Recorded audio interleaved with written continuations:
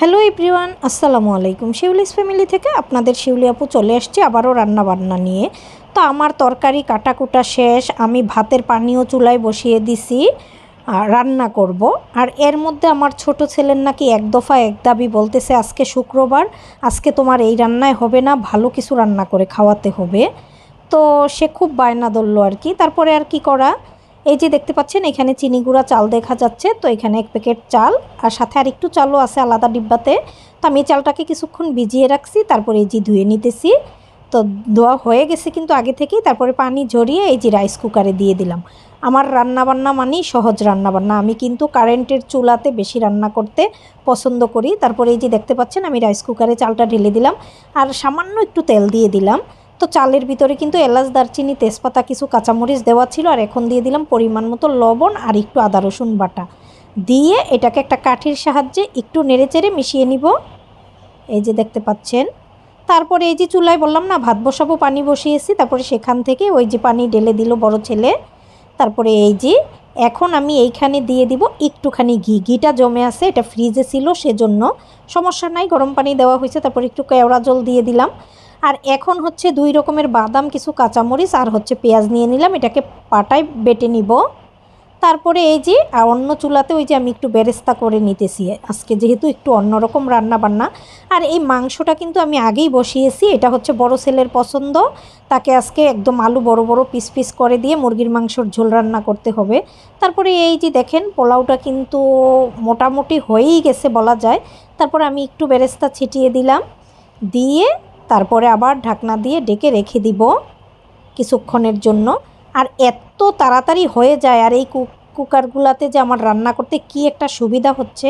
তারপরে ওই যে দেখতে পাচ্ছেন ছোট সাইজের ইলিশ মাছ ছিল, ভাবছিলাম একদিন বড় সাইজের ইলিশ মাছ দিয়ে এই রেসিপিটা দিব, কিন্তু ছেলেদের অনুরোধে আর না দিয়ে পারলাম না। তারপরে ওই যে ইলিশ মাছের মধ্যে আমি পরিমাণ মতো লবণ, একটু মরিচের গুঁড়া, তারপরে জিরার গুঁড়া, হালকা ধনিয়ার গুঁড়া, কিছু কাঁচামরিচ দিয়ে দিলাম, এলাচ, দারচিনি, তেজপাতা।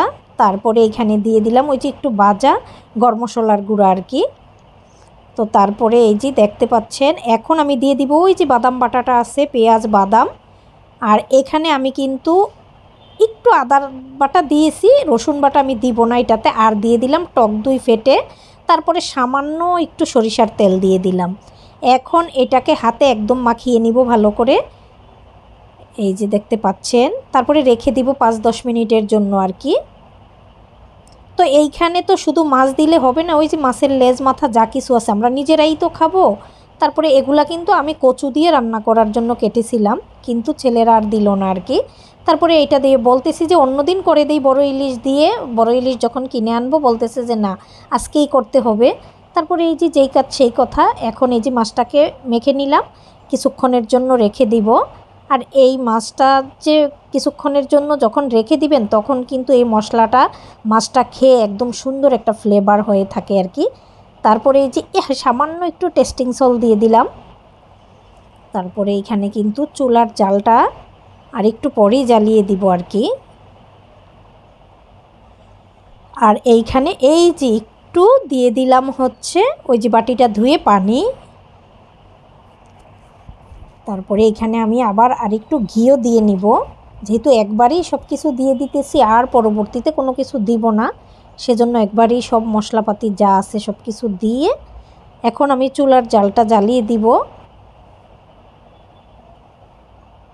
এই তো চুলার জালটা এক্ষুনি জ্বালিয়ে দিব। তারপরে এই যে চুলার জাল জ্বালিয়ে দিলাম, আর এখন ওই যে দেখতে পাচ্ছেন পটপট করে বলক চলে আসতেছে। তো আস্তে আস্তে করে আমি মাছগুলো উল্টিয়ে পাল্টিয়ে দিতেছি যেন ভেঙে না যায়, ছোট মাছ যেহেতু। তারপরে মশলাটা কিন্তু একদম জাল যখন হয়ে যাবে একদম মাখানো মাখানো হয়ে যাবে আর কি। আর এখনই কিন্তু খুব সুন্দর একটা ফ্লেভার আসতেছে। আমি এই মাছের সাথে কিন্তু সামান্য একটু সরিষা বাটা ছিল ফ্রিজে, সেটাও দিয়ে দিছিলাম। তারপরে আবার একটু পানি দিয়ে দিলাম, এই যে দেখতে পাচ্ছেন অল্প করে একটু পানি দিয়ে দিলাম। দিয়ে এখন মাছটাকে এই যে কিছু বেরেস্তাও দিয়ে দিতেছি। আমি তো আমার মতো রান্না করতে চেয়েছি, আপনারা হয়তো অন্য রকমের রান্না করেন। এই যে একটু ঘি দিয়ে দিলাম, আপনারা হয়তো আরও মজা করে রান্না করেন, আমারটা না হয় একটু কম মজা হবে, তারপরেও তো রান্না করতে পারি, রান্নাতে তো আর কোনো কষ্ট নাই, কিপটামি নাই। তো এই যে এখন দিয়ে দিলাম। অল্প সময়ের মধ্যেই কিন্তু মাছটা হয়ে যাবে। আর ইলিশ মাছ না, এই যে দেখতে পাচ্ছেন সুন্দর মতো বলক চলে আসছে, কিছুক্ষণের মধ্যেই কিন্তু মাছটা রান্না হয়ে যাবে। আপনারা ঝোলটা যতটুকু দেখতে পাচ্ছেন সেই ঝোলটা কিন্তু থাকবে না, জাল করতে করতে মাছটা যখন সিদ্ধ হয়ে যাবে তখন কিন্তু ঝোলটা শুকিয়ে যাবে। আর ওই যে সৌদি আরব থেকে আনা জাফরান একটু গরম পানি দিয়ে ভিজিয়ে রাখছি, কি সুন্দর কালার চলে আসছে। আর এখন পোলাওটাও কিন্তু এত সুন্দর জর্জরা হয়ে গেছে। তারপরে এই যে পোলাওর ভিতরে কিন্তু একটু জাফরানের দিয়ে দিতেছি। আর এই জাফরানটা মনে হয় সামান্য একটু দিলেই মাশাল্লাহ অনেক সুন্দর কালার আসে। আমি জানলে আরও বেশি করে নিয়ে আসতাম তখন। যাক, সমস্যা নেই, ইনশাল্লাহ আবার যাব তখন নিয়ে আসব। তারপরে এই যে রান্না হয়ে গেছে, এখন ওই যে ছেলেকে খেতে দিব।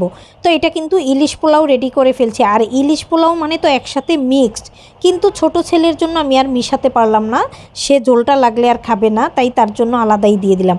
তো আজকে এই ঝটপট রেসিপিটা কেমন হলো কমেন্ট করে জানাবেন। বেশি বেশি লাইক কমেন্ট শেয়ার দিবেন। আমার ইউটিউব চ্যানেলটা সাবস্ক্রাইব করে নেবেন, ফেসবুক পেজটা ফলো দিয়ে রাখবেন। সবাই সুস্থ সুন্দর থাকুন। আসসালামু আলাইকুম, আল্লাহ হাফেজ।